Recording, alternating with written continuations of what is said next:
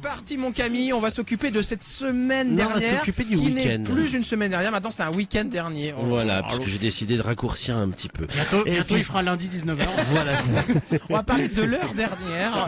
Il n'y a rien eu de bien spécial à raconter. Allez, c'est lundi et comme tous les lundis, il est temps de revenir sur ce qui s'est passé ce week-end.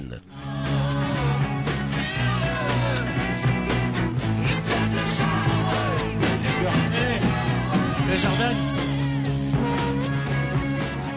C'est Joe Cocker, non? Va te faire foutre.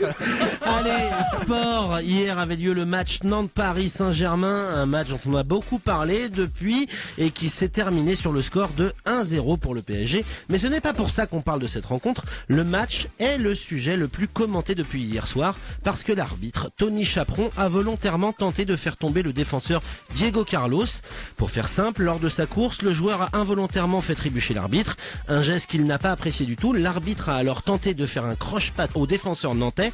L'action s'est suivie d'un échange bref et intense pour se finir par un carton rouge pour le joueur. Bon, ok, ce geste n'est pas bien, je le cautionne pas du tout, mais quand tu passes ton temps à gérer des gamins idiots et agressifs, à un moment, t'as envie de leur coller une baigne. Vous êtes foot, toi t'es foot, Très Axel foot, Tony très foot, très foot. Ah ouais, tu kiffes? Pour réagir à ce qu'a dit Camille, Monsieur Chaperon s'est excusé auprès du joueur et Ouais. puis j'espère qu'il sera suspendu parce que quand c'est des joueurs qui font l'inverse, ils gagnent 10 matchs. C'est vrai. Donc j'espère que après il a raté il a pas fait son En plus, il a croche-patte comme raté. il fallait. Et il est suspendu Mais- jusqu'à nouvel ordre. Bah oui, il faut le suspendre. Après voilà, Chaperon c'était pas le meilleur des arbitres donc il nous manquera. Ah, mais c'est un flic, Chaperon. sur J'ai le terrain. l'impression d'être sur RMC. T'es pour, cool. t'es pour le PSG, non? Ouais, un vrai supporter. moi. J'ai plus. Du coup, ça t'a fait quoi d'avoir joué à 12 hier? Non. Oh là là, voilà. Eh, Non. je connais pas le foot, mais j'ai compris la vanne.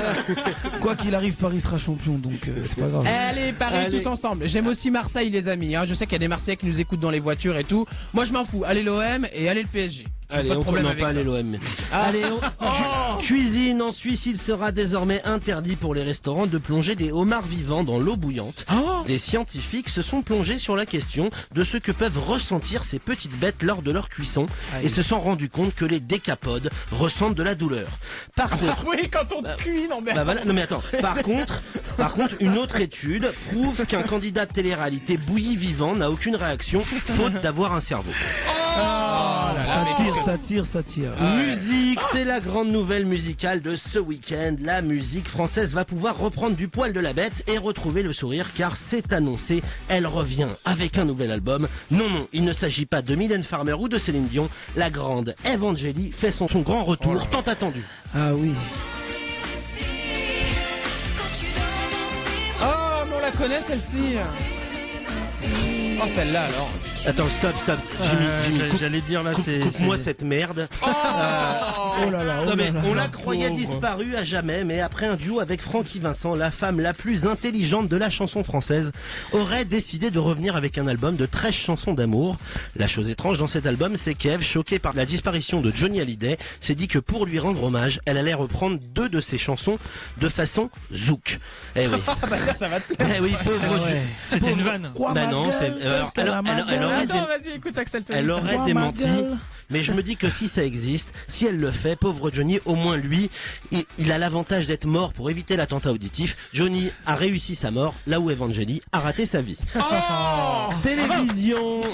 Pas mal, c'était pas mal. Télévision hier Ça soir tire. sur M6, l'émission Capitale diffusait pour la 280e fois un sujet sur les bons plans pour les vacances au soleil. Une façon de nous foutre un peu plus les nerfs quand on se dit qu'on n'a pas vu le soleil depuis plus d'1 mois et demi. Mais ce qui était étonnant, c'est le reportage qu'on a pu découvrir. Un hôtel club en République dominicaine qui a clairement décidé d'exclure les enfants de sa clientèle pour offrir plus de sérénité à ses clients. Voilà enfin un patron qui a tout compris. Ah ouais.